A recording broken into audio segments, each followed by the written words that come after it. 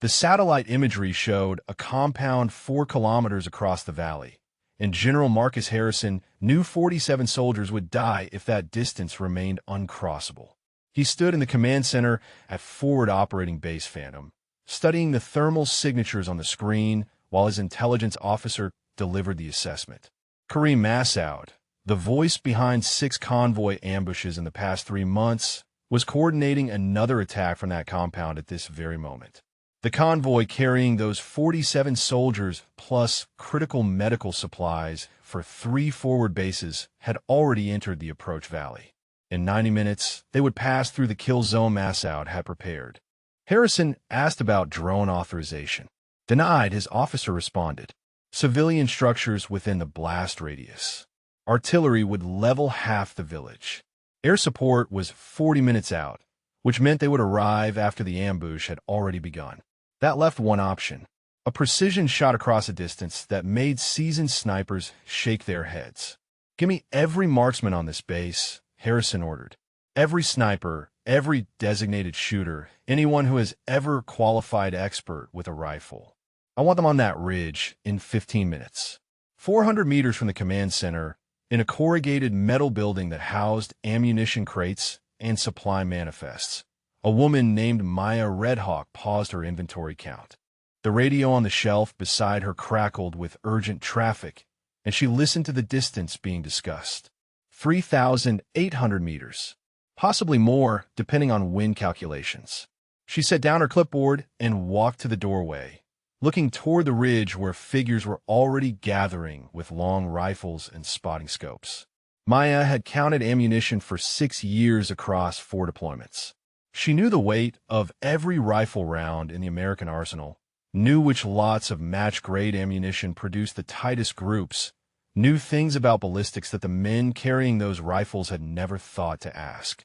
She also knew that none of them would make that shot.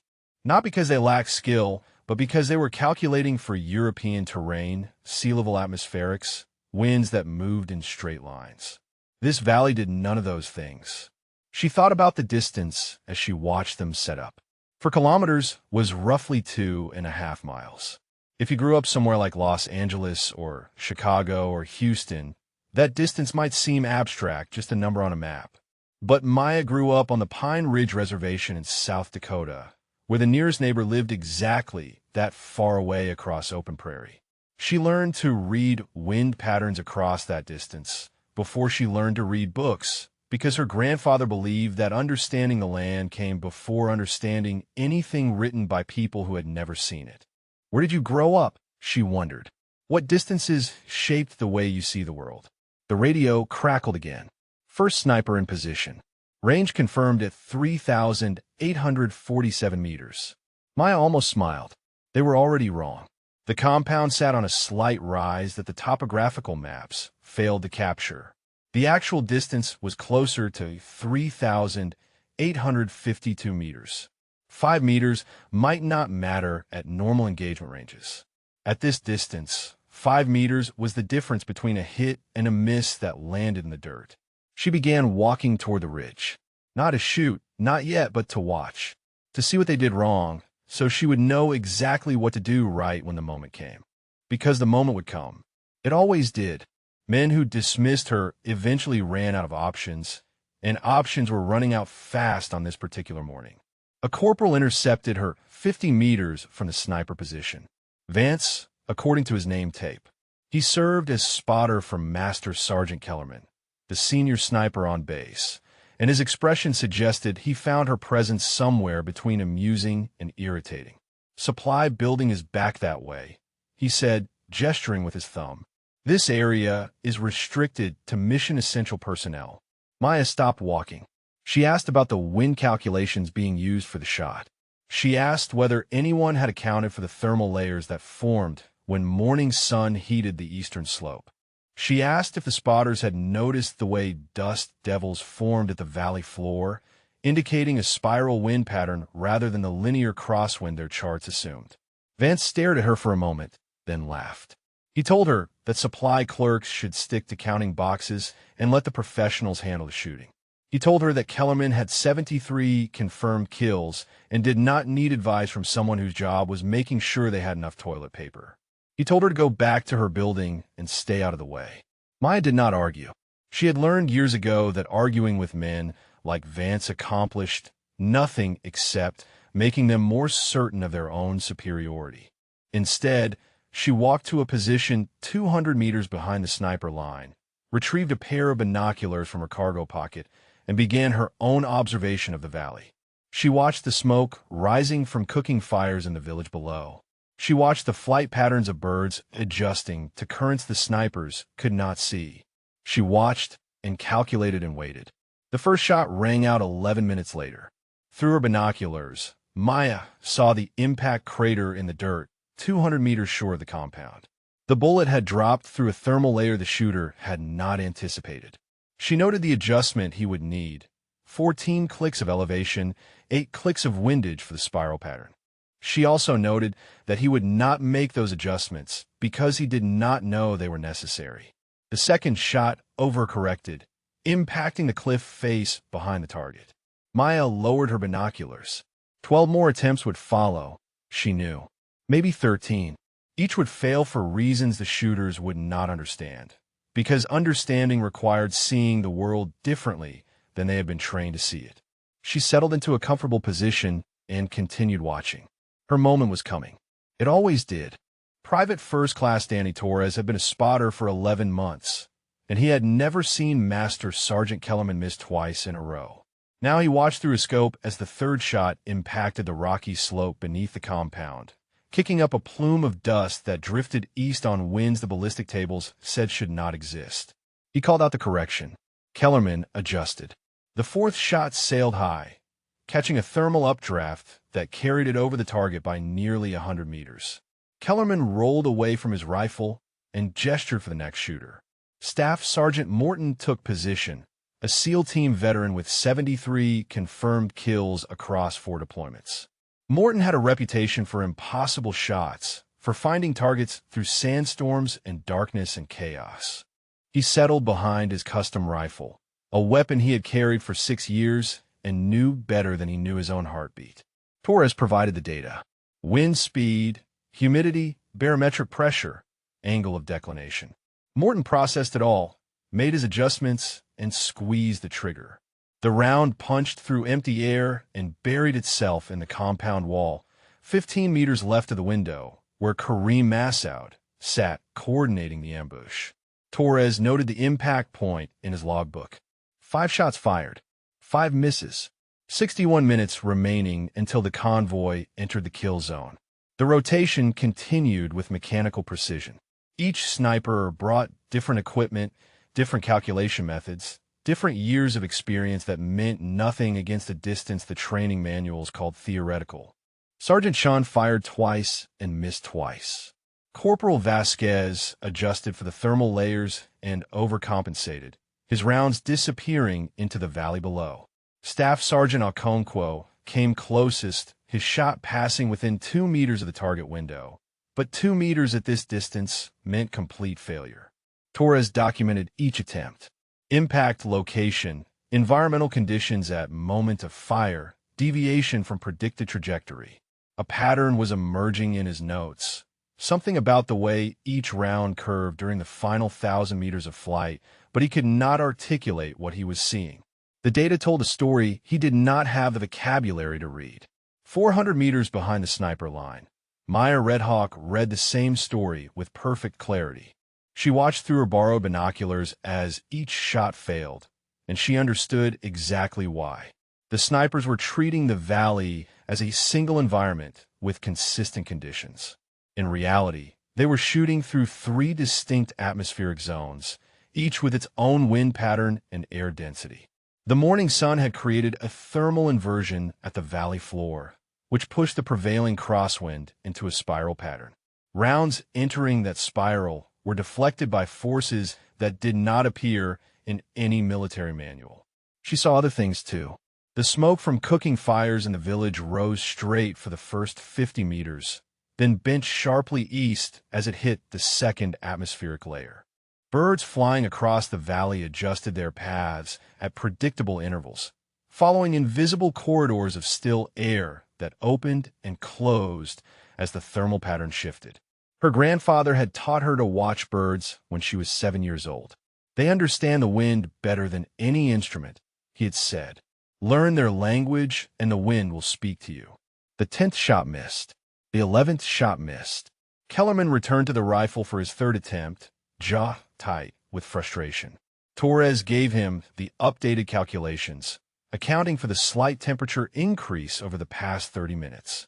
Kellerman fired. The round dropped through the thermal inversion and impacted the dirt 230 meters short. He stood and walked directly toward Maya. She did not move from her observation position as he approached. His boots crunched against the rocky ground, each step carrying the weight of wounded pride and mounting desperation. He stopped 3 feet from her and demanded to know why she was still here. He reminded her that she had been told to return to the supply building. He asked if she had a hearing problem or just a problem following orders. Maya lowered her binoculars. She told him his calculations were wrong. She told him about the 3 atmospheric layers, about the spiral wind pattern, about the thermal inversion that was deflecting every round fired through it. She told him that standard ballistic tables assumed linear wind movement because they were developed for firing ranges in temperate climates with predictable conditions. This valley followed different rules. Kellerman's face reddened. He stepped closer, close enough that she could smell the coffee on his breath and see the vein pulsing at his temple. He told her to shut up. He told her that supply clerks did not lecture designated marksmen about ballistics. He told her that if she said another word, he would have her written up for interfering with a combat operation. Maya said nothing. She simply raised her binoculars and resumed watching the valley. Kellerman stood there for a long moment, waiting for her to argue, to defend herself, to give him a reason to follow through on his threat. When she offered nothing, he turned and stalked back to the sniper line. The 12th shot missed by 40 meters. The 13th shot missed by 60. Torres checked his watch and felt his stomach drop. 34 minutes remained. The convoy had passed the point of no return, committed to the route that would carry them through the kill zone. If Massoud was not eliminated in the next half hour, 47 soldiers would drive directly into an ambush they could not escape. Kellerman stood over his rifle, breathing hard. His team had exhausted their standard approaches. They had tried different calibers, different ammunition lots, different calculation methods. Nothing worked. The distance was simply too great, the conditions too complex, the target too precisely positioned in the one spot where conventional marksmanship could not reach. Torres looked back toward the supply building and saw the woman still watching through her binoculars. He wondered what she was seeing that they were not. He wondered if it mattered. He wondered if any of them would be able to live with themselves when the convoy went silent and the after-action report started asking why 13 trained snipers could not make a single shot count. The radio crackled with an update from command. General Harrison wanted a status report. Kellerman picked up the handset and delivered the news that no commander wanted to hear. 13 attempts. 13 failures. No viable options remaining. There was a long pause on the other end of the line. Then Harrison asked a question that changed everything. Are there any other snipers on this base? Anyone at all? General Harrison set down the radio handset and stared at the map on his wall. 47 names were attached to that convoy. 47 soldiers with families waiting for them to come home, with letters half-written and video calls scheduled in futures that depended on the next 29 minutes. He had sent men into difficult situations before. He had written condolence letters and attended funerals and carried the weight of command decisions that cost lives. But he had never stood in a room full of equipment and personnel and options while being told that none of it could save the people counting on him. His aide, Lieutenant Colonel Foster, waited by the door. Harrison turned to her and asked for a full personnel roster. Every soldier on this base with any marksmanship qualification, not just snipers, anyone who has ever demonstrated exceptional accuracy with a rifle. Foster pulled up the database on her tablet and began scrolling. She read names and qualifications aloud. Designated marksmen already on the ridge. Competition shooters who had not fired a weapon in months. A helicopter pilot who held expert badges from 3 different qualification cycles. None of them possessed the skills needed for a shot at this distance. Harrison pressed further. What about training records? Anyone flagged for advanced marksmanship programs? Anyone recommended for Scout Sniper School? Foster adjusted her search parameters. A moment later, her scrolling stopped. She read the entry twice before speaking. There was one anomaly in the system. A supply specialist named Maya Redhawk had been recommended for Scout Sniper School 4 years ago. Her basic training marksmanship score was 298 out of 300, the highest in her entire battalion. The recommendation was approved by her battalion commander, then administratively closed 6 months later without explanation. She was reclassified as a supply specialist and had remained in that role ever since. Harrison asked who closed the recommendation. Foster traced the paperwork chain. The signature belonged to Master Sergeant Kellerman, who had served as a training NCO at the same installation where Redhawk completed her advanced individual training. The general absorbed this information in silence. He thought about the 13 missed shots, about Kellerman's confidence, about the way systems sometimes buried people who did not fit expected patterns. Then he issued an order that surprised even himself. Bring her to me. Now. 2 minutes later, Maya Redhawk approached the command center with a military police escort on either side. She had not resisted when they found her on the ridge. She had simply handed her binoculars to the nearest soldier and followed without questions. She knew this moment was coming. She had known it since the first shot missed. Kellerman intercepted them 30 meters from the entrance. He positioned himself between Maya and the command center door, addressing Harrison through the open window. "General," he said, "this is a waste of valuable time. She's a supply clerk. Whatever her scores were in basic training, she has not fired a rifle in a combat capacity in 6 years. The convoy will be in the kill zone in 26 minutes. We should be developing alternative options, not entertaining fantasies about desk personnel making shots that trained snipers cannot." Harrison walked out of the command center and stood face to face with his senior sniper. He asked Kellerman a simple question. What alternative options did he have in mind? Kellerman hesitated. He mentioned air support, which was still 30 minutes out. He mentioned artillery, which would destroy civilian structures. He mentioned the possibility of warning the convoy to turn back, which was impossible given their current position in the valley. Harrison nodded slowly. So your alternative options are options that do not exist. He turned away from Kellerman and looked directly at Maya for the first time.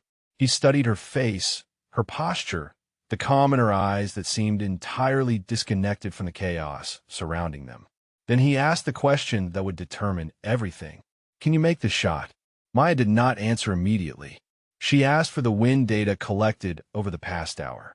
She asked which rifle calibers have been attempted and in what sequence. She asked how many seconds elapsed between each trigger pull and the observation of impact. She asked about the temperature differential between the ridge and the valley floor. Foster provided the information from her tablet. Maya processed it silently, her eyes unfocused as calculations ran through her mind. Kellerman watched with visible contempt, waiting for her to admit she was out of her depth. Instead, Maya delivered her assessment. Every shooter on that ridge was using the wrong approach entirely. They were calculating for a single ballistic environment when the valley contained 3 distinct atmospheric layers. Their windage adjustments assumed linear movement when the thermal conditions created spiral patterns. Their elevation calculations failed to account for the target sitting 8 meters higher than topographical maps indicated. Most critically, they were trying to overpower the environment with precision when they should be working with it, finding the windows of opportunity that opened when all 3 atmospheric layers briefly aligned. Harrison asked if she could find those windows. Maya said she could. She had been watching them form and collapse for the past hour. One would open in approximately 12 minutes and remain viable for 6 seconds. Kellerman stepped forward, his voice tight with barely controlled anger. "General, you cannot seriously be considering this. She has no combat deployments as a marksman. She has no verified kills. She's making claims about atmospheric conditions that contradict everything we know about ballistic science. Maya turned to face him directly for the first time. She asked how many of his verified kills were made at distances exceeding 2,000 meters. Kellerman did not answer. She asked if his ballistic science had produced a single successful shot this morning. He remained silent. Harrison made his decision. He told Maya to take position on the ridge. He told Kellerman to provide her with whatever equipment she requested. He told Foster to clear all non-essential personnel from the firing line. 24 minutes remained. Maya walked toward the ridge where 13 failures had written the opening chapters of what could become a tragedy. She intended to write a different ending. Maya reached the firing position and did something that made every sniper on the ridge question General Harrison's judgment. She sat down, not behind her rifle, not in a shooting stance, but cross-legged on the rocky ground with her eyes closed and her palms resting on her knees. The posture belonged to a meditation retreat, not a combat operation with 23 minutes remaining on the clock. Kellerman started toward her, his mouth already forming an objection. Harrison raised one hand without looking at him. The master sergeant stopped mid-stride, his face a mask of frustrated disbelief. Maya kept her eyes closed for nearly a full minute. She was not meditating. She was listening. The wind carried information that instruments could not capture, frequencies and patterns that registered in the body before the mind could name them. Her grandfather had called it the old listening, the way their ancestors tracked game across distances that European settlers considered impossible. You cannot see everything, he had told her when she was 12 years old. But you can feel everything if you learn to stop trying so hard. She opened her eyes and began speaking. Torres scrambled for his notebook as she described what she was perceiving. 3 thermal layers divided the valley into distinct atmospheric zones. The morning sun had been heating the eastern slope for 4 hours, creating a column of rising air that pushed against the prevailing crosswind. Where those two forces met, the air did not simply deflect. It spiraled. Every round fired through that spiral would curve in ways that linear calculations could not predict. She pointed toward the village at the valley floor. The cooking smoke told the story clearly. It rose straight for 50 meters, then bent sharply east, then rose again before bending west. 3 layers. 3 different wind patterns. A bullet traveling 4 kilometers would pass through all 3. Torres asked how anyone was supposed to calculate for conditions that changed 3 times during a single shot. Maya told him the answer was not calculation. It was timing. The layers shifted constantly, but they shifted in patterns. Twice every hour, the thermal currents aligned for a few seconds, creating what she called a corridor, a path of relatively stable air that stretched from the ridge to the compound. Miss the corridor and the shot was impossible. Find a corridor, and the shot became merely very difficult. She stood and examined the rifles arranged along the firing line. Kellerman's custom weapon, Morton's precision rig, a half-dozen variations on the same theme, each representing the pinnacle of military marksmanship technology. Maya rejected all of them. She asked if anyone on the base possessed a Chaytak M200 chambered in .408 caliber. Torres remembered the weapon immediately. A private military contractor had carried one through the base 8 months ago before being detained for operating outside his authorized zone. The rifle had been confiscated and placed in the armory pending disposition. As far as Torres knew, no one had touched it since. Maya asked him to retrieve it. Torres looked at Kellerman, who offered no guidance, then at Harrison, who nodded. The young private sprinted toward the armory while Maya continued her observation of the valley. 7 minutes later, Torres returned with the Chaytak and 3 boxes of match-grade ammunition. Maya took the rifle and began her inspection. She checked the barrel for obstructions, tested the action, examined the scope mounts for any sign of loosening. Then she did something that made Kellerman audibly scoff. She held the rifle against her cheek and closed her eyes again, feeling the weight distribution, the balance point, the way the weapon wanted to settle in her hands. She asked Torres to spot for her. Kellerman objected immediately. Torres was a spotter. If anyone was going to support this circus, it should be someone whose career could afford the association with failure. Harrison overruled him again. Torres moved into position beside Maya as she began adjusting the scope. Kellerman watched her dial in settings that contradicted everything he knew about long-range shooting. She was using windage calculations that assumed the wind would change direction twice during the bullet's flight. She was setting elevation for a target 8 meters higher than the maps indicated. She was making adjustments for air density based on altitude measurements she had estimated by watching how quickly the cooking smoke dispersed. He told her the scope settings were wrong.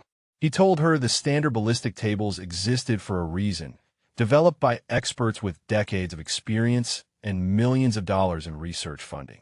He told her she was going to miss by 100 meters and waste the last viable shooting window they had. Maya responded without looking up from the scope. She told him the standard tables were developed at proving grounds in Maryland and Nevada, at elevations below 2,000 feet, in atmospheric conditions that bore no resemblance to the Hindu Kush. She told him the experts who wrote those tables had never fired a shot in terrain like this, had never felt the way thin mountain air behaved differently than the air in their climate-controlled laboratories. She told him her calculations accounted for what the tables could not, because her calculations came from generations of hunters who learned to shoot in mountains when the experts' ancestors were still figuring out how to cross the Atlantic. She settled into a prone position behind a rifle. Torres confirmed the target was visible in the compound courtyard. Rangefinder showed 3,847 meters. Maya corrected him quietly. 3,852. The compound sat on a rise that the maps failed to capture. Torres asked if she was ready to fire. Maya said no. She was waiting for the corridor. 14 minutes remained until the convoy entered the kill zone. Somewhere in the next 14 minutes, the thermal layers would align. When they did, she would have approximately 6 seconds to take the shot. She watched a single blade of grass 300 meters downslope. When it stopped moving, the corridor would be open. Until then, she would wait. Her grandfather had taught her that patience was the first discipline of the hunter. The animal did not come to you. The moment did not come to you. You positioned yourself correctly, and then you waited for the world to offer what you needed. The blade of grass swayed in the spiral wind. Maya watched it and breathed and waited for stillness. Torres pressed his eye to the spotting scope and forced his breathing to slow. His career was now tethered to a woman he had met 20 minutes ago, a supply clerk who sat cross-legged on mountain rocks and talked about wind corridors that no military manual had ever mentioned. If she missed, his name would appear in the after-action report alongside hers. If she missed, 47 soldiers would die, and he would spend the rest of his service wondering if he should have refused the assignment. He reported what he saw. Target visible in compound courtyard. Male figure matching physical description of Kareem Massoud. Radio handset in left hand. He is actively communicating. Maya acknowledged with a slight nod. Her cheek rested against the rifle stock, eye aligned with the scope, her finger resting on the trigger guard rather than the trigger itself. She was watching the blade of grass 300 meters downslope. It bent and swayed in patterns that Torres could not read, speaking a language she had learned before she learned to write her own name. Kellerman approached from behind, stopping 5 meters from the firing position. He addressed Harrison, who had walked up from the command center to observe. "General," he said, "we have 11 minutes until the convoy reaches the kill zone. If this shot misses, we will have wasted our final window on a publicity stunt. I strongly recommend we redirect resources toward evacuation planning and casualty preparation." Harrison did not respond. His eyes were fixed on the woman behind the rifle, on the absolute stillness of her body, on the way she seemed to have merged with the weapon and the mountain and the impossible distance stretching before her. Torres checked his rangefinder again. 3,852 meters. He had recalibrated twice since Maya provided her correction, and twice the instrument confirmed she was right. The compound sat exactly where she said it did, 8 meters higher than the topographical maps indicated. He wondered how she had known. He wondered what else she knew that the instruments could not tell him. Maya spoke without moving. She told Torres to watch the cooking smoke from the village. She told him to note the moment when all three plumes bent in the same direction. When that happened, the thermal layers would be approaching alignment. The corridor would open within 90 seconds of that synchronization. Torres shifted his scope toward the village. 3 separate cook fires produced 3 separate columns of smoke. The first bent east. The second rose straight before bending west. The third spiraled in a pattern he could not predict. They moved independently, dancing to rhythms he did not understand. 8 minutes, Kellerman announced. 8 minutes until the convoy enters the kill zone. Maya heard him, but did not react. Her focus had narrowed to the blade of grass, to the smoke plumes in her peripheral vision, to the subtle pressure changes she could feel in her sinuses as the atmosphere shifted around her. Her grandfather had taught her that the body was the finest instrument ever created. Machines measured what was. The body could feel what was about to be. She began counting, not seconds, but heartbeats. Mechanical time was an invention of people who had lost touch with natural rhythms. The body had its own clock, its own pulse, its own relationship with the passing of moments. A shot taken between heartbeats flew truer than a shot taken by the numbers. The heart knew when to be still. Torres saw it first. The 3 smoke plumes bent east simultaneously, pulled by a current that had suddenly unified across the valley floor. He reported the observation, his voice tight with sudden tension. All 3 plumes aligned. Eastern deflection across all sources. Maya registered the information. 90 seconds. Perhaps less. The blade of grass was slowing, its frantic movements becoming gentler as the spiral wind began to unravel. Somewhere above her, a hawk adjusted its flight path, riding a current that had just become predictable. Kellerman checked his watch. 7 minutes to kill zone. Harrison said nothing. He had made his decision, and he would live with the consequences. Command meant accepting outcomes you could not control, trusting people whose abilities you could not verify, believing in possibilities that others dismissed as impossible. Torres kept his eye pressed to the scope. Massoud had moved to the window, still speaking into his radio. The ambush was being coordinated in real time. Fighters were probably already in position along the convoy route, waiting for the signal that would turn a mountain road into a killing ground. The blade of grass trembled once and went still. Maya shifted her finger from the trigger guard to the trigger. She exhaled slowly, emptying her lungs in a controlled stream that her grandfather had called giving your breath to the wind. At the bottom of the exhale, in the space between heartbeats, her body achieved perfect stillness. Torres watched through his scope. He saw Massoud raise the radio to his mouth. He saw the man's lips move, issuing orders that would determine whether 47 Americans lived or died. He saw the window frame, the courtyard walls, the exact spot where a bullet would need to arrive to end this threat forever. 6 seconds, Maya whispered. The corridor was open. The 3 atmospheric layers had aligned into a single coherent path. For 6 seconds, the impossible distance became merely improbable. She counted heartbeats. 1. Her finger applied pressure to the trigger. 2. The slack disappeared from the mechanism. 3. The firing pin waited for release. 4. The world contracted to a single point of focus. 5. Everything she had ever learned, everything her grandfather had taught her, everything the military had refused to recognize, condensed into the space between one heartbeat and the next. Between 5 and 6, she fired. The rifle's report echoed across the valley like thunder from a clear sky. Maya held her position, eyes still pressed to the scope, body still locked in the perfect stillness that her grandfather had taught her to find. The bullet was traveling now, crossing distance at speeds the human mind could barely comprehend, but even supersonic velocity needed time to cover nearly 4 kilometers. 6.3 seconds. An eternity compressed into a handful of heartbeats. Torres counted without meaning to. 1 second. The round was passing through the first atmospheric layer, the relatively stable air above the ridge, where calculations still resembled something from military manual. 2 seconds. It entered the thermal zone where morning sun created rising currents that had defeated every previous shot. 3 seconds. The spiral wind that had pulled 13 rounds off course wrapped around the bullet, but Maya had calculated for this, had aimed where the target would not be when she fired because she knew where the wind would carry her round. For seconds, the bullet descended through the third layer, the cooler air near the valley floor where cooking smoke rose straight before bending. 5 seconds. Terminal velocity adjusted for thin mountain atmosphere, for angles no proving ground had ever tested, for conditions that existed only in places like this and in the minds of people who had learned to read them. 6 seconds.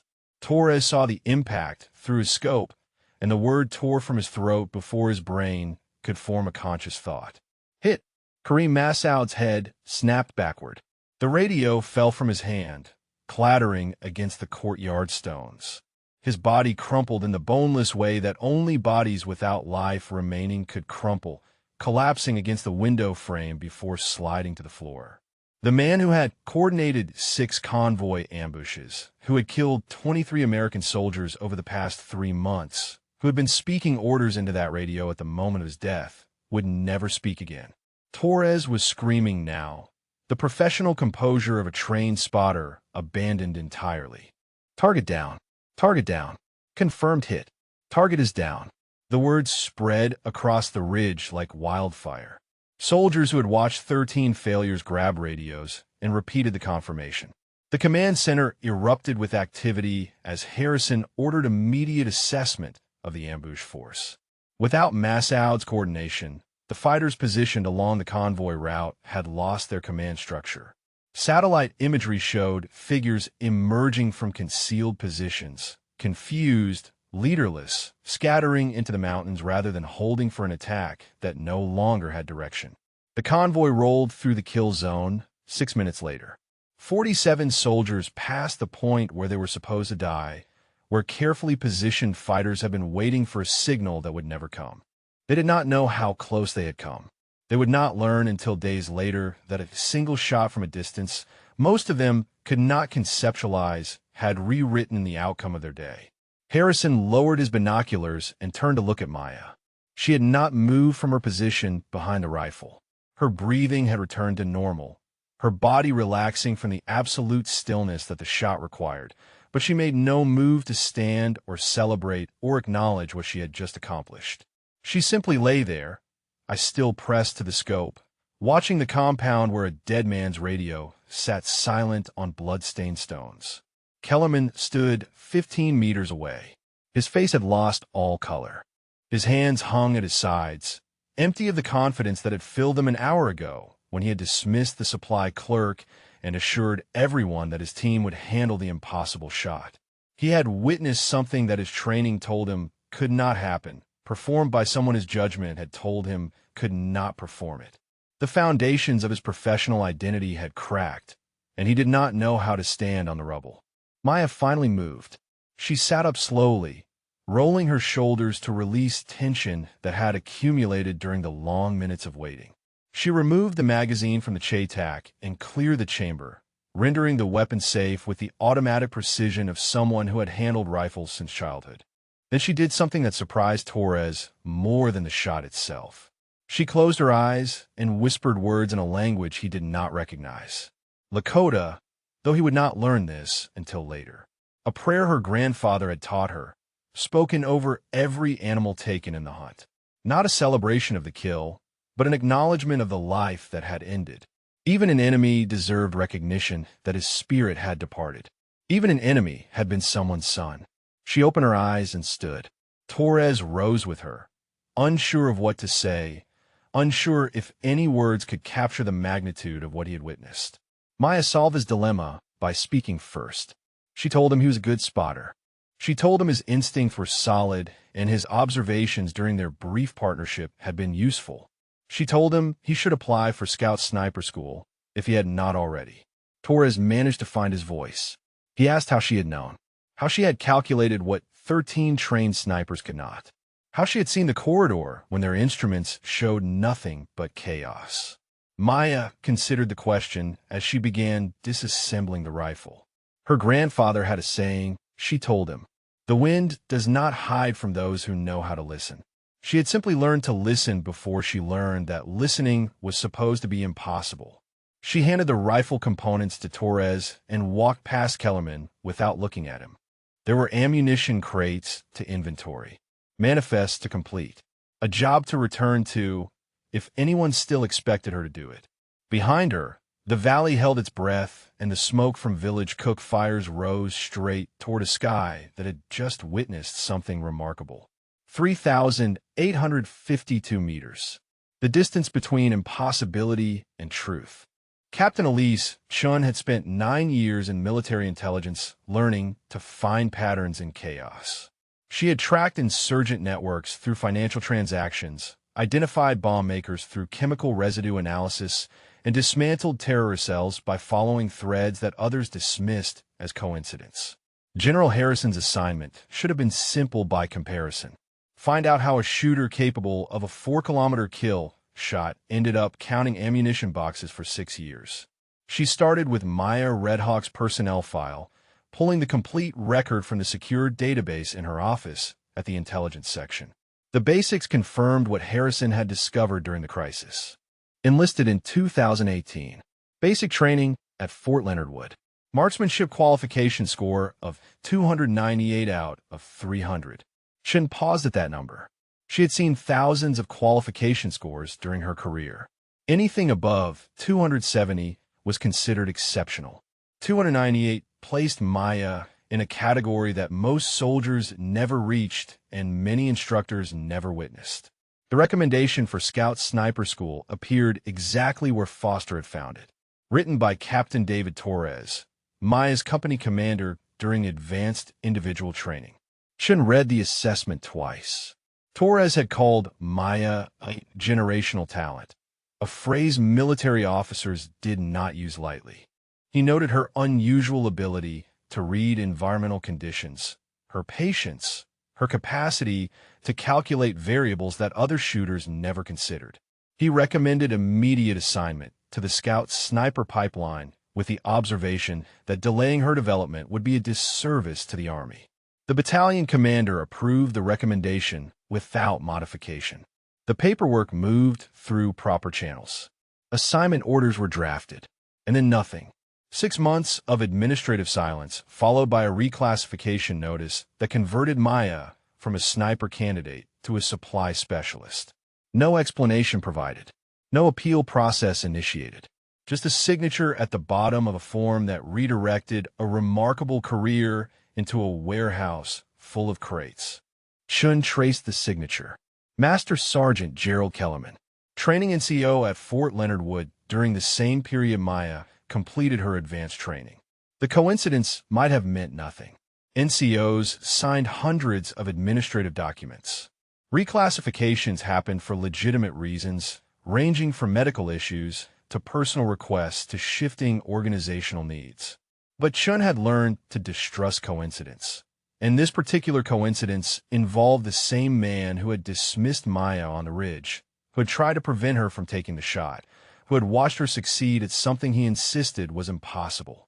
She pulled Kellerman's service record and began cross-referencing. His career spanned 22 years across multiple duty stations. He had served as a training NCO 3 times, a sniper team leader twice, and a senior instructor at the Army Marksmanship Unit for 18 months. His evaluations were consistently strong. His reputation was that of a demanding professional who maintained high standards. Chun was not looking for obvious failures. She was looking for patterns in the negative space, the absences that revealed shape through what was missing rather than what was present. She created a search algorithm that identified every soldier whose training records intersected with Kellerman's assignments and whose career trajectories had experienced unexplained redirections.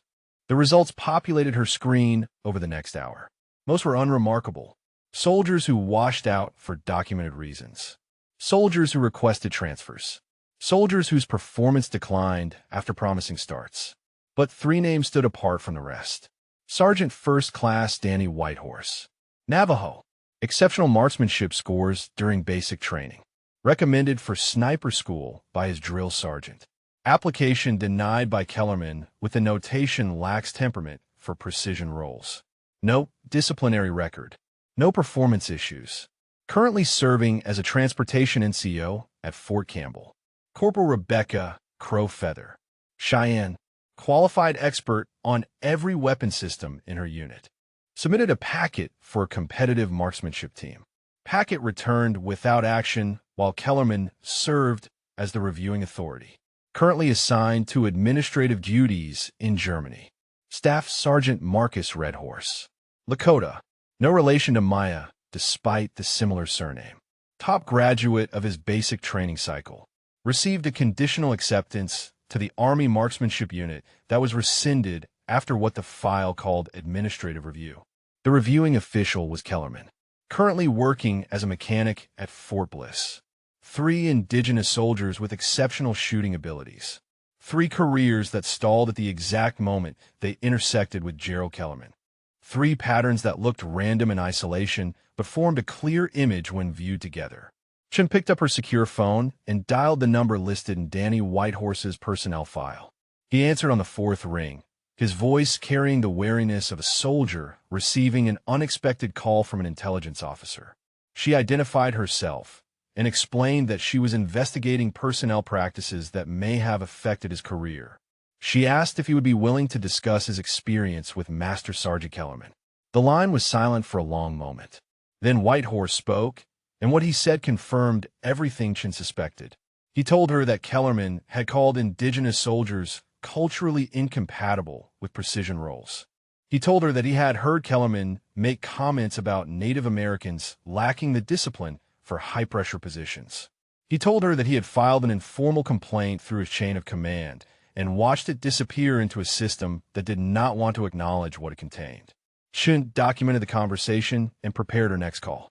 Rebecca Crowfeather was 8 time zones away, but the questions Chun needed to ask would not wait for convenient scheduling. A pattern was emerging from the data, a pattern that explained how Maya Redhawk had spent 6 years in a supply warehouse while possessing skills that could have saved lives far sooner than today. She thought about the 47 soldiers who had passed safely through the kill zone.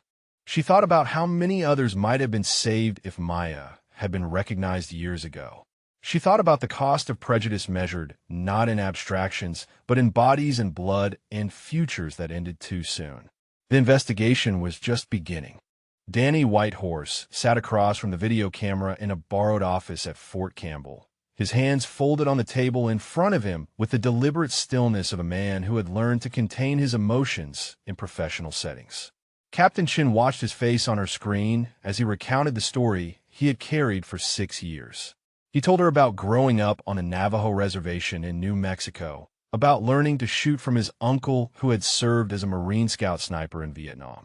He told her about winning the state high school shooting championship 3 years in a row, about recruiters who promised him a path to the elite units where his skills would matter. He told her about basic training, where his marksmanship scores exceeded everyone in his company, where drill sergeants pulled him aside and told him he had a gift that the Army needed. Then he told her about Kellerman. The master sergeant had observed one of his qualification shoots during advanced training. Whitehorse remembered the way Kellerman watched him, the way his expression shifted from interest to something harder when Whitehorse removed his patrol cap and revealed the traditional hair he kept tied back during duty hours. 2 weeks later, his sniper school application was denied.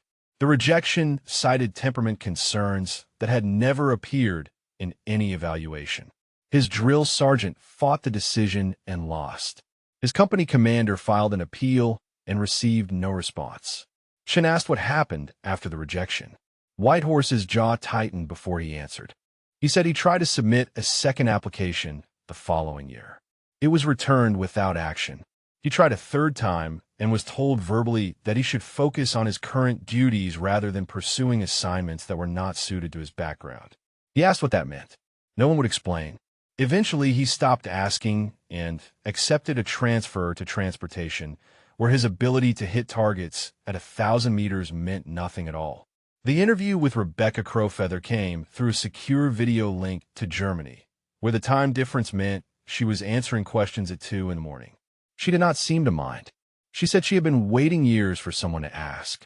Her story echoed the patterns Chun had already documented. Exceptional scores, glowing recommendations, administrative dead ends. She had been on track for the competitive marksmanship team when her packet disappeared into Kellerman's office and never emerged. She filed inquiries. She requested explanations. She received form letters citing processing backlogs that somehow never cleared. After 18 months of waiting, she gave up and accepted a transfer to administrative services. Shin asked if Kellerman had ever made direct comments about her heritage. Crowfeather paused before answering. She said he never said anything explicit where others could hear, but she remembered a conversation in his office when she asked about her packet status. He told her that some roles required a certain type of discipline. He told her that cultural backgrounds shaped whether soldiers could handle pressure situations. He told her these things with a smile that suggested he was offering friendly advice rather than burying her career. The third interview was the most difficult to arrange. Maya Redhawk had returned to her duties in the supply building, and Shin found her counting crates of medical equipment as if the previous day's events had been nothing more than a brief interruption in her routine. Shin asked if they could speak privately. Maya set down her clipboard and led her to a corner of the warehouse where stacked pallets created something like a private room. Chun asked why she had never fought harder against the reclassification. Maya considered the question for a long moment before responding. She said she had fought. She filed 3 appeals through proper channels. The first was denied for procedural errors in her paperwork. The second was denied for missing a deadline that no one had informed her existed. The third was denied without explanation. After the third rejection, she understood that the system was not designed to hear her. Chun asked what she did instead. Maya's answer was simple. She waited. She knew that eventually there would be a moment when skill mattered more than paperwork, when the people who had dismissed her would need something they could not provide themselves. She positioned herself to be ready when that moment came. Yesterday it came. Chun shifted her questioning to Maya's activities outside the military. She had found references in the file to civilian shooting competitions, but the details had been removed. Maya confirmed what Chun suspected. She had competed in long-range precision shooting events during her leave periods, using her maiden name to keep her military and civilian identities separate. 3 national championships in 4 years. A world ranking that placed her among the top 50 precision shooters on the planet. Chun asked if the Army knew about these achievements. Maya said her original personnel file included the competition records. She had submitted them as supporting documentation for her second appeal. The records were acknowledged as received. They never appeared in any subsequent version of her file. Someone had removed them. Chun pulled up the file history on her tablet. The deletion occurred 14 months after Maya's reclassification. The user credentials associated with the deletion belonged to a personnel clerk at Fort Leonard Wood. Chun traced the clerk's chain of command.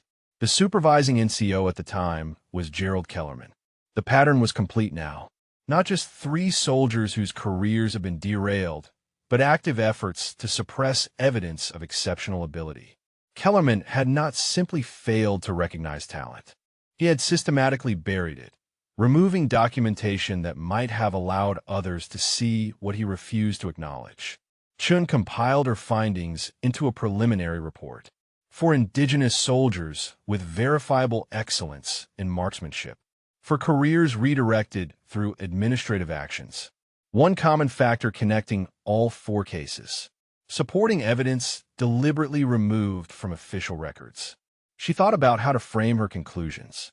The Army had processes for addressing discrimination, but those processes relied on documentation, and Kellerman had been careful to keep his prejudice out of written records. The soldiers he targeted had been isolated, unable to see the pattern that connected their individual experiences into a systemic practice. Maya's shot had changed everything. It created a moment of visibility that could not be ignored, a demonstration of capability that no administrative action could dismiss. Now the question was whether the institution would recognize what that moment revealed, or whether it would find new ways to look away. Chun saved her report and prepared to deliver it to General Harrison. The evidence was clear. The implications were significant. What happened next would determine whether 4 careers could be salvaged from the wreckage of one man's prejudice. General Harrison read Captain Chen's report in silence, each page adding weight to the conclusion he had already begun to suspect.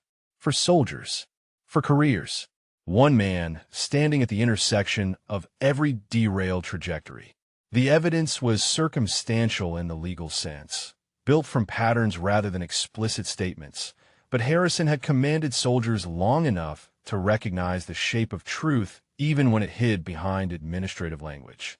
He set the report on his desk and looked at Chun, who stood at attention near the door. He asked if she was confident in her findings. She told him the pattern was unmistakable.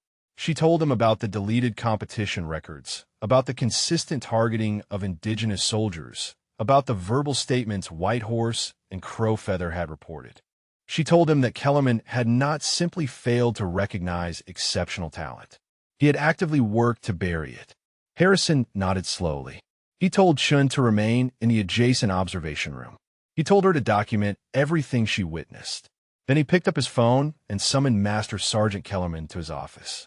Kellerman arrived 7 minutes later, his uniform pressed and his bearing confident. He had spent the past 24 hours processing the events on the ridge, constructing a narrative that preserved his professional reputation. The shot had been lucky. The conditions had shifted at exactly the right moment. The supply clerk had made a 9 million attempt that happened to succeed. He was prepared to acknowledge her contribution while emphasizing that his team had provided the foundational support that made the attempt possible. He saluted and waited for Harrison to speak.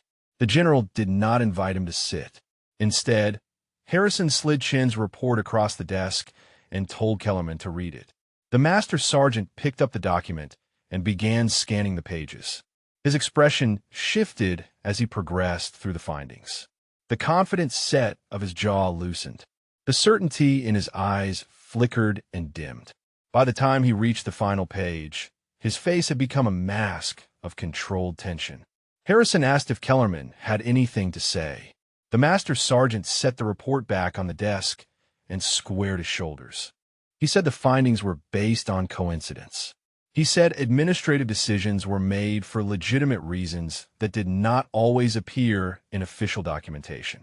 He said cultural background was a valid consideration when evaluating soldiers for high-pressure roles because different cultures emphasize different values, and some values align better with precision marksmanship than others. Harrison let him speak without interruption. When Kellerman finished, the general asked a simple question. He asked Kellerman to explain how Maya Redhawk, a soldier he had dismissed as unsuited for precision roles, had just made a shot that 13 trained snipers could not replicate. Kellerman's response came slower this time. He said the shot was anomalous. He said extreme distance shooting involved variables that could not be controlled or predicted. He said luck played a larger role than most people acknowledged. Harrison shook his head. He told Kellerman about Maya's civilian competition record, 3 national championships, world ranking in the top 50, consistent performance at distances exceeding 3,000 meters.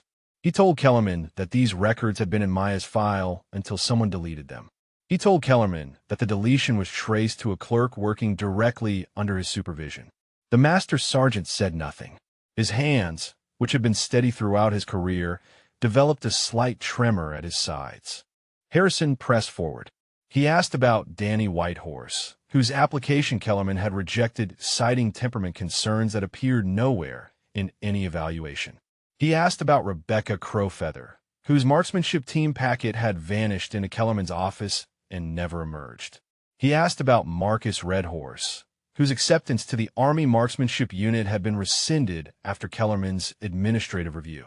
For indigenous soldiers, Harrison said, for exceptional shooters, for careers that stalled at the exact moment you had authority over their futures. Explain that pattern to me.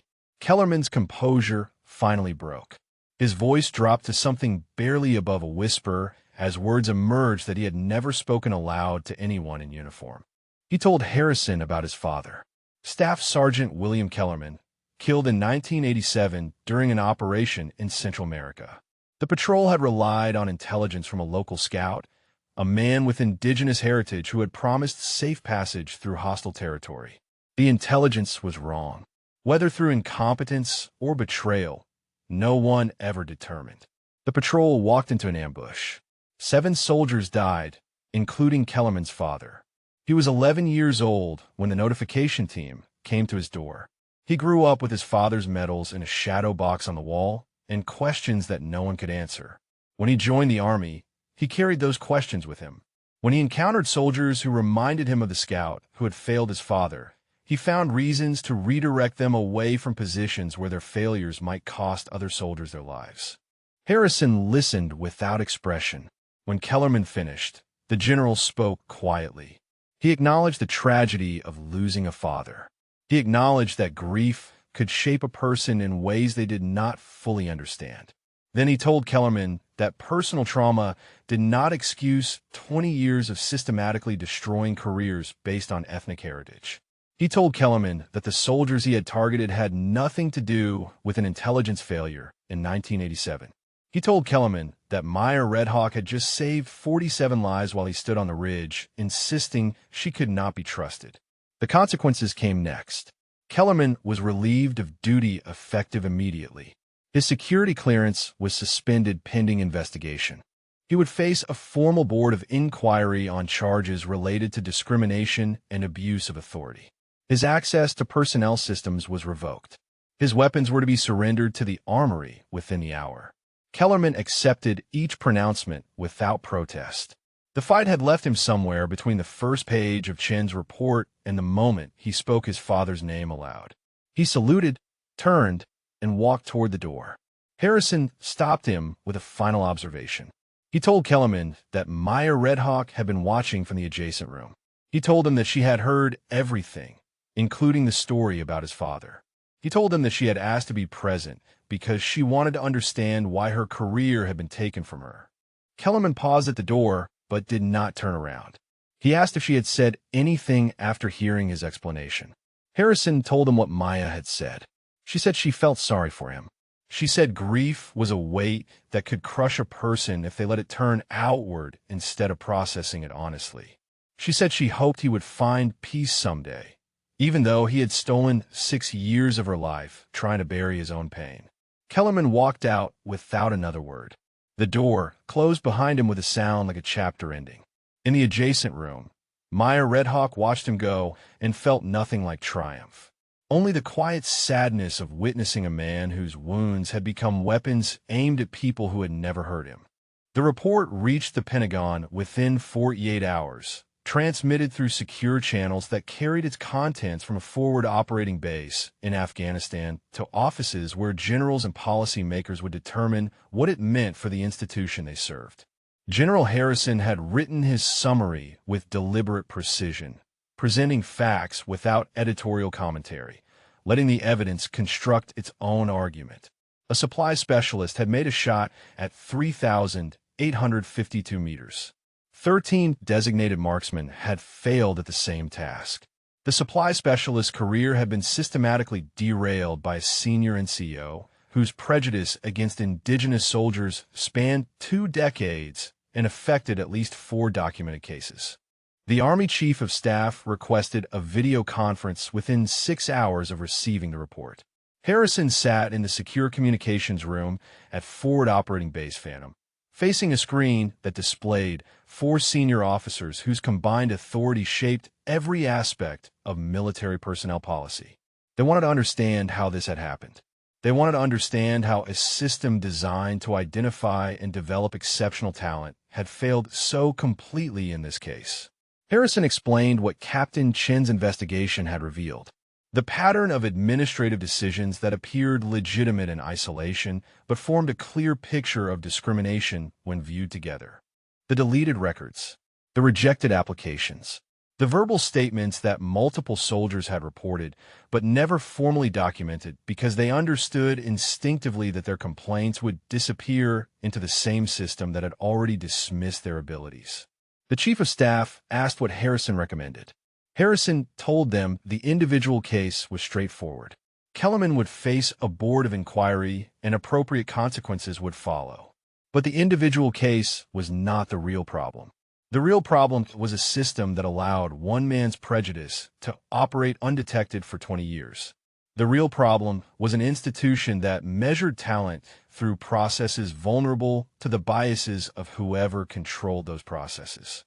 He recommended a comprehensive review of sniper school selection procedures with particular attention to candidates whose applications had been denied through administrative channels rather than performance-based evaluation.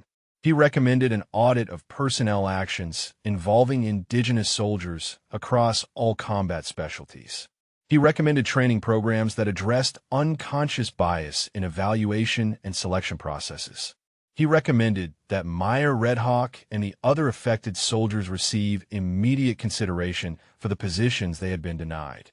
The generals listened and asked questions and made notes. By the end of the conference, they had authorized everything Harrison requested. The scope of the review would extend beyond sniper selection to encompass all elite training pipelines. The audit would examine 10 years of personnel data.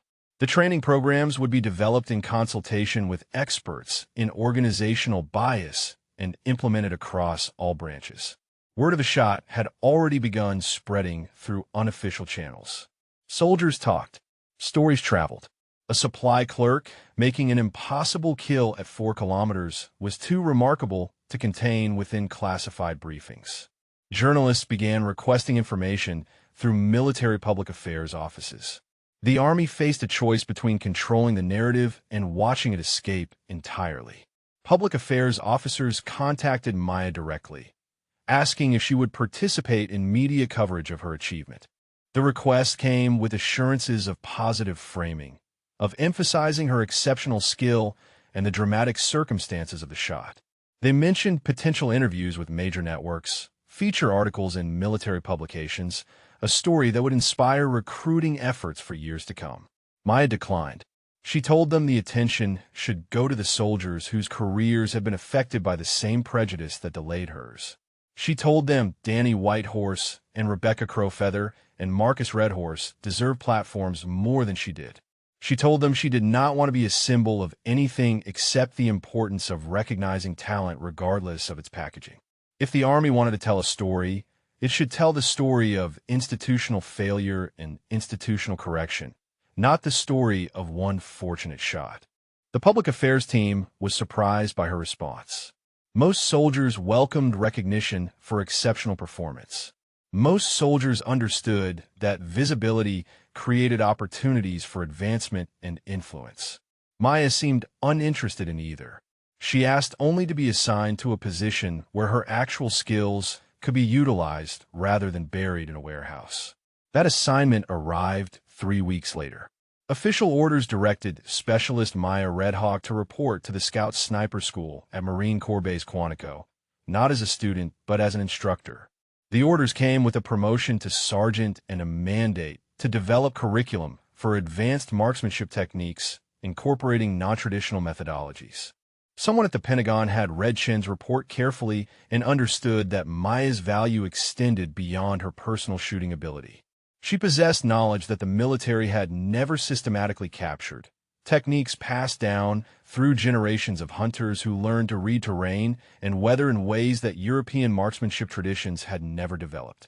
Maya read the orders in the supply building where she had spent 6 years waiting for a moment that would matter.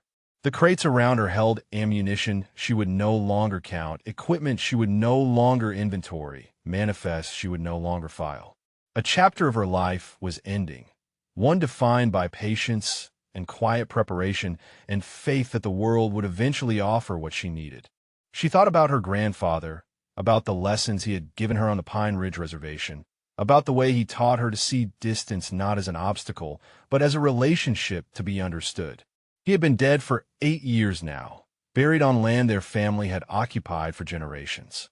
She wished she could tell him that his teachings had finally found their proper home, that the Army which had tried to bury her was now asking her to share what he had given her. The other affected soldiers received their own corrections. Whitehorse was approved for Scout Sniper School and would begin training in the next cycle. Crowfeather received her long-delayed assignment to the competitive marksmanship team.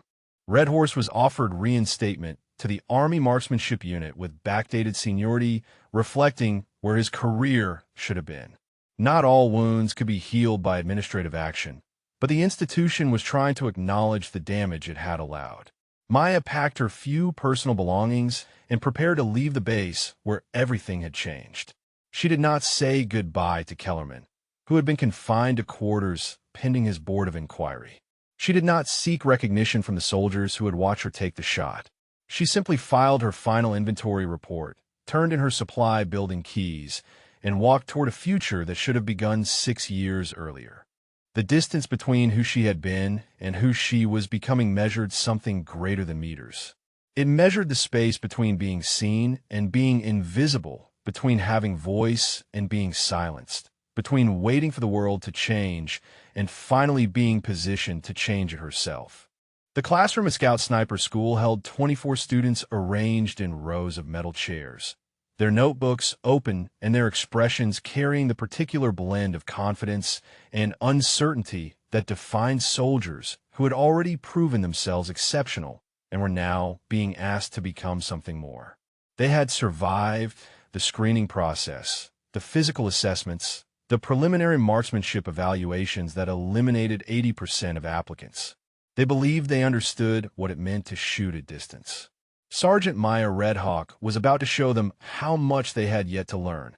She stood at the front of the room without notes, without slides, without any of the visual aids that typically accompanied military instruction. The walls behind her held photographs of legendary snipers, men whose confirmed kills numbered in the hundreds, whose names appeared in history books and training manuals. None of them had made a shot at 3,852 meters. None of them had learned to read wind by watching birds before they learned to read words on a page. She began by asking a question. She asked how many of them had been taught that wind moved in straight lines. Every hand went up. She asked how many of them had been taught to calculate windage using standard tables developed at military proving grounds. Every hand remained raised. She asked how many of them had ever fired a shot in conditions where those calculations failed completely. A few hands lowered. The rest stayed up, belonging to students who had not yet encountered terrain that violated their assumptions. Maya told them that everything they had learned was correct for the environments where it was developed. Flat ranges at sea level with predictable atmospheric conditions. Controlled settings where variables could be isolated and measured. She told them those environments represented perhaps 10% of the places where they would actually be asked to shoot. The other 90% followed different rules, and those rules were not written in any manual they had been issued. She pulled up a topographical map of the valley in Afghanistan where she had made the shot. The students leaned forward, recognizing the terrain from briefings that had circulated through the sniper community. She traced the 3 atmospheric layers with her finger, explaining how morning sun created thermal inversions, how prevailing winds interacted with rising air to form spiral patterns, how bullets traveling through those patterns curved in ways that linear calculations could not predict. One student raised his hand and asked how anyone was supposed to account for conditions that changed 3 times during a single shot. Maya smiled slightly. She told him the answer was not better calculation. The answer was better observation. The instruments they carried measured what was happening at their position. They could not measure what was happening at the target or at any point along the 4 kilometers between shooter and impact. For that information, they needed to learn a different kind of seeing. She told them about watching smoke from cooking fires, about tracking bird flight patterns, about feeling pressure changes in their sinuses that indicated atmospheric shifts before instruments could register them. She told them these techniques came from hunters who had developed them over thousands of years, who learned to shoot in mountains and plains and deserts long before Europeans arrived with their mathematics and their proving grounds. The students exchanged glances. Some looked skeptical. Others looked intrigued. All of them were being asked to expand their understanding of what marksmanship could include. Maya spent the next 3 hours taking them through exercises designed to develop observational skills that military training had never emphasized. She had them sit with their eyes closed and describe the sound around them, identifying patterns in distant traffic and wind and machinery that most people filtered out as background noise. She had them watch grass and leaves and flags, narrating the micro-movements that revealed air currents invisible to casual observation. She had them practice the breathing techniques her grandfather had taught her, finding the space between heartbeats where the body achieved natural stillness. By the end of the session, several students had begun to understand. They could not yet apply what she was teaching, but they could see that their previous training had equipped them with powerful tools while leaving entire categories of capability unexplored. One corporal approached her after class and said he had grown up hunting deer in the Appalachian Mountains. He said his father taught him to watch for the moment when forest sounds went quiet, indicating an animal was near. He asked if that was similar to what she was describing. Maya told him it was exactly what she was describing. She told him his father had given him a gift that military training would never have provided. A visitor arrived during the afternoon practical session. Sergeant First Class Danny Whitehorse walked onto the range in the uniform of a student rather than an observer, his orders for Scout Sniper School finally approved after 6 years of administrative obstruction. Maya saw him and paused her instruction. The students watched as two people who had never met in person, but whose careers had been shaped by the same injustice regarded each other across 50 meters of training ground. Whitehorse approached and introduced himself formally. Maya told him she knew who he was. She told him Captain Chun had shared his interview as part of the investigation. She told him she was sorry for what had been taken from him and glad that he was finally where he belonged. He asked if it was strange, teaching at a school she had never been allowed to attend. Maya considered the question. She told him the path mattered less than the destination.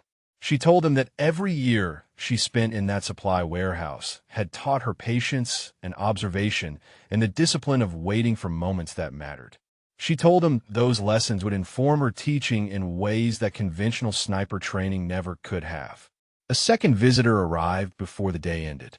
Private Torres, her spotter from the impossible shot, walked across the range with paperwork in his hand. His application for Scout Sniper School had been submitted 3 weeks earlier. Maya had reviewed it personally and added her endorsement. Now he stood before her with acceptance orders, assigned to the next training cycle that would begin in 30 days. She told him she expected excellence from him.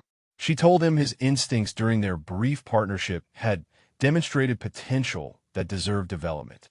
She told him the Army needed spotters who could see what instruments missed, and she believed he could become one of them. Torres asked if she would be his instructor. Maya told him that was not how training worked. She taught advanced techniques to students who had already completed the basic pipeline. He would need to earn his way to her classroom through the same process every other student followed. He nodded and thanked her for the opportunity. As he walked away, Maya watched him go and thought about the strange paths that brought people to the places they needed to be. A supply clerk and a young spotter, connected by a single shot across a distance, most people could not comprehend. Now both of them were positioned to shape the future of military marksmanship in ways that no one could have predicted. The afternoon sun cast long shadows across the training range as Maya dismissed her students. Tomorrow she would teach them about reading thermal layers. Next week she would take them to terrain that violated everything their manuals described. In the months and years ahead, she would help create a generation of shooters who understood that precision was not just mathematics. It was relationship. It was observation. It was learning to listen to what the wind was trying to say. Her grandfather would have approved. 1 year after the shot that changed everything, Maya Redhawk returned to Forward Operating Base Phantom for a ceremony she had not requested but could not refuse. The ridge where she had lain behind a borrowed rifle now held a stone marker, positioned at the exact coordinates where impossible became possible. General Harrison had insisted on the memorial. He said some moments deserved permanent recognition, not for the person who created them, but for the institution that needed to remember what it had almost lost. The ceremony drew a crowd that surprised Maya with its size. Soldiers who had been stationed at the base during the shot stood alongside officers who had traveled from commands across 3 continents.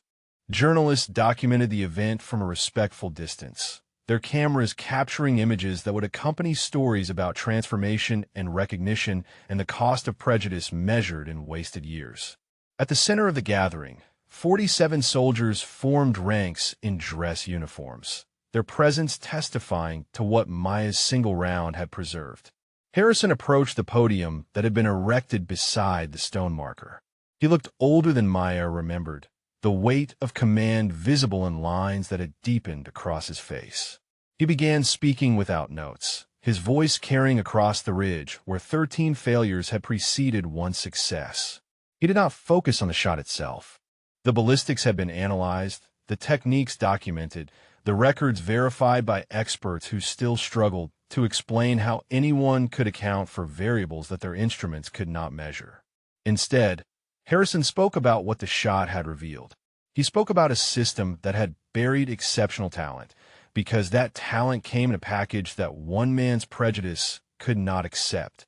He spoke about 4 soldiers whose careers had been stolen by administrative actions that appeared routine until someone finally looked at the pattern they created. The Army was stronger, he said, when it recognized ability regardless of its source. They had failed Maya Redhawk for 6 years. They had failed Danny Whitehorse and Rebecca Crowfeather and Marcus Redhorse. They had failed every soldier who might have benefited from skills that were systematically suppressed.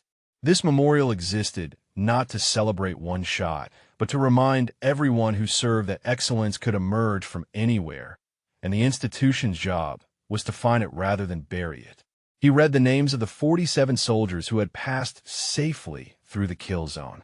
Each name represented a life that continued, a family that remained whole, a future that unfolded because a supply clerk refused to accept that her abilities did not matter. Several of those soldiers stood in the formation, their eyes fixed on Maya as their names were spoken. After the ceremony, they would approach her one by one, some with tears and all with gratitude, telling her about children who had been born the past year, about promotions earned and milestones reached, about ordinary moments that would not have existed if her bullet had flown any path except the one she calculated. The stone marker bore no names. Harrison had consulted Maya about the inscription, and she had asked for simplicity. The final text read only coordinates in a single statement. Here, excellence overcame prejudice. The words would remain long after everyone present had moved on to other assignments, other challenges, other moments that tested what they believed possible. Maya stood apart from the crowd as the ceremony concluded, watching the sky above the valley where she had learned to read wind patterns that no instrument could capture. The cooking smoke still rose from the village below, bending through thermal layers as she understood intimately now.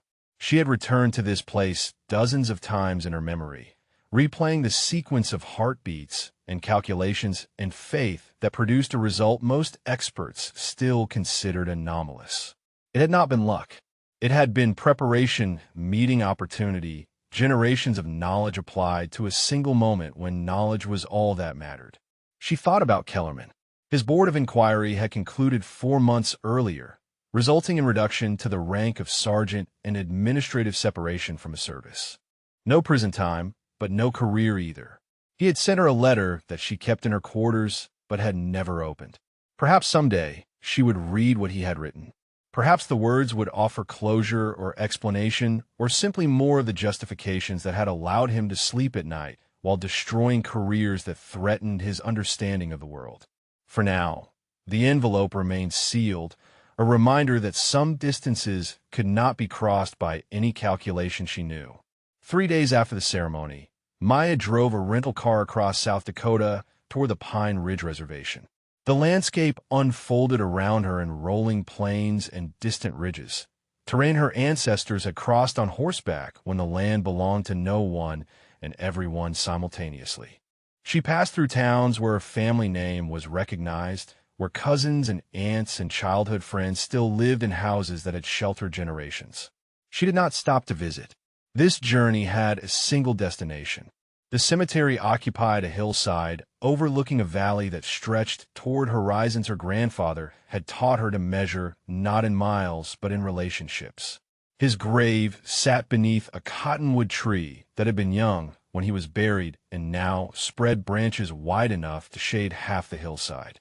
Maya knelt beside the stone marker, so different from the one that now stood on a ridge in Afghanistan, and spoke to a man who had been dead for 8 years, but whose voice still guided her through every shot she took. She told him about the distance.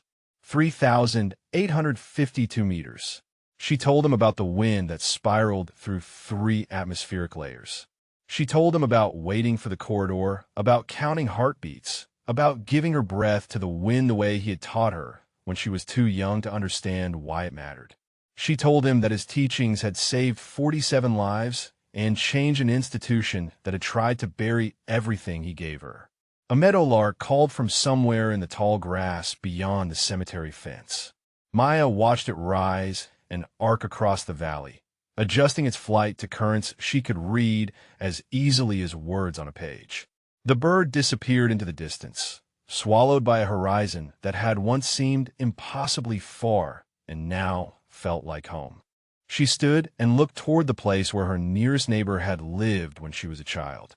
2.5 miles across open prairie, the distance that had shaped her understanding of what shooting could be. The distance that Europeans measured in numbers and her people measured in patience and observation and faith that the wind would speak to those who learned its language. Have you ever had someone believe in you when no one else would? Have you ever waited years for a moment that would prove what you always knew about yourself? Have you ever been given a gift by someone who is gone now, a gift that shaped everything you became?